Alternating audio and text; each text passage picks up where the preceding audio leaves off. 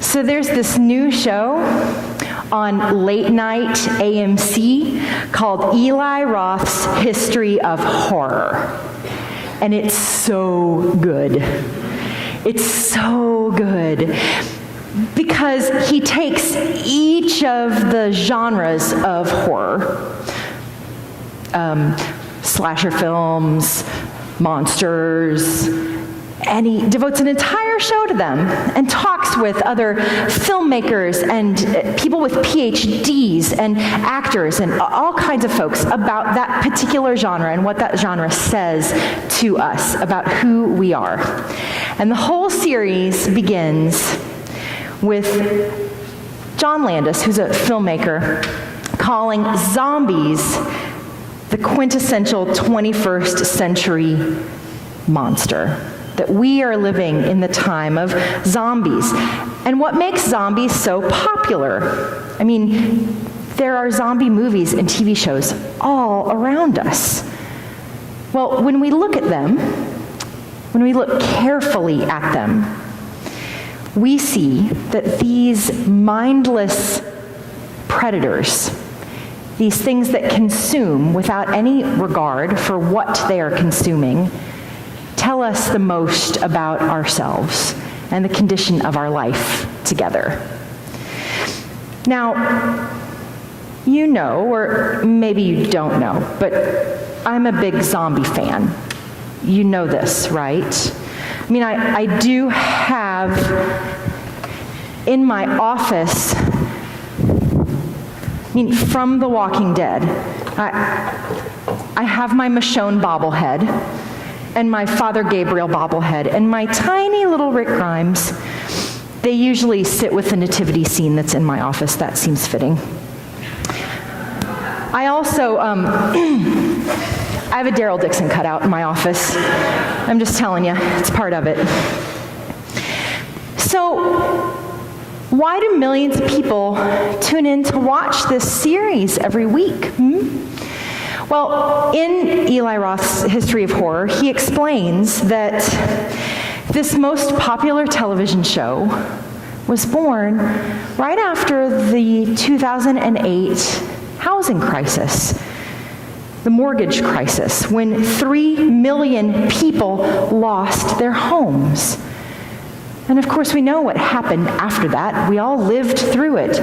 More and more people had to live with this insecurity of place, of shelter. There's this sense in our world that it is fragile, that civilization itself is really fragile. All you have to do is turn on the news, right? There's disease, there's climate change, there's homelessness and mass migration, there's violence, horrific violence. There are people who brag about their misdeeds and then get elected to office anyway, right? There's a lot in this world that feels like it's fragile, that civilization itself is fragile. And every good zombie show, it asks the question, who's the real threat? Is it the monsters who devour without regard? Or is it the people who devour each other and each other's livelihoods without regard? I don't know if you caught it in the gospel lesson for today, but it's a zombie story. Did you see that? Now, there aren't any undead people walking around and chewing on each other's arms. No, that's not the zombie story. It's that the scribes are devouring the widows. The scribes are devouring the widows. That's the metaphor that Jesus uses. That's what he says about them. And why does it matter? Why does it matter that these are widows and not somebody else in the ancient world? Why doesn't the story say that they're devouring the lame or the blind or the outcasts? Well, we have to remember what world we're looking into whenever we look into the ancient Near East. People of that time were called to a particular covenant, and it was to care for the widows and the orphans. Why? Because of the power hierarchy that was the thing that shaped their world. There were people in the ancient world who had power and people who did not. And the way that you made your way in the world is that you had to be part of a household, specifically a male-headed household. That's how you got taken care of. That's how all of your needs were met. That's why we hear over and over and over and over again in the original Testament that we're supposed to care for the widows and the orphans. Why? They're missing one thing. They're missing a male head of a household to be part of. It's why the story of Ruth and her mother-in-law, Naomi, choosing to live a life together, why it's so radical. It's because the system that they live within, it's not set up for them to succeed. It's not set up for them to survive. That's why Naomi looks at Orpah and Ruth and says, go back to your fathers. She has literally no way of caring for them. It's why Ruth's plea is so radical. Don't make me leave you. I'm going to go where you go. Your people will be my people. And somehow, they make a way where there is no way.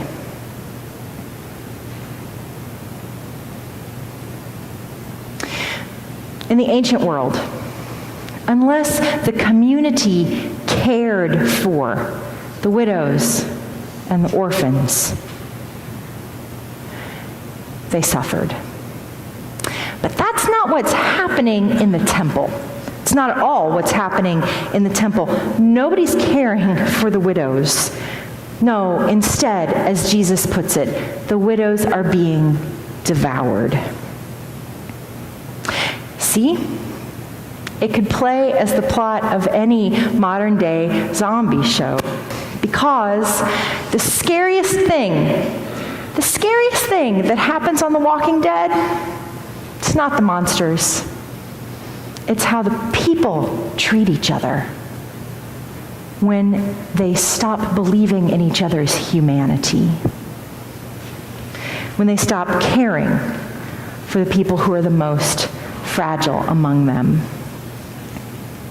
So, what are we to make of this widow who's throwing her last 2 bits, called a mite, literally her last penny? What are we to make of this widow who's giving everything she has, the last cent she has to live on?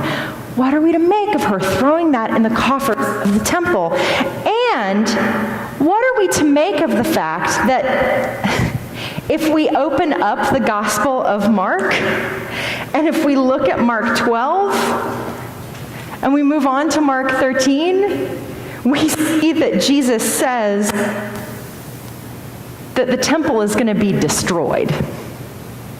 Well, that's not good news, Jesus. That doesn't make me feel any better about this story. What are we supposed to make of this story where this woman who's down to her last dime and who gives it to a system that's going to be destroyed? What are we supposed to make of that?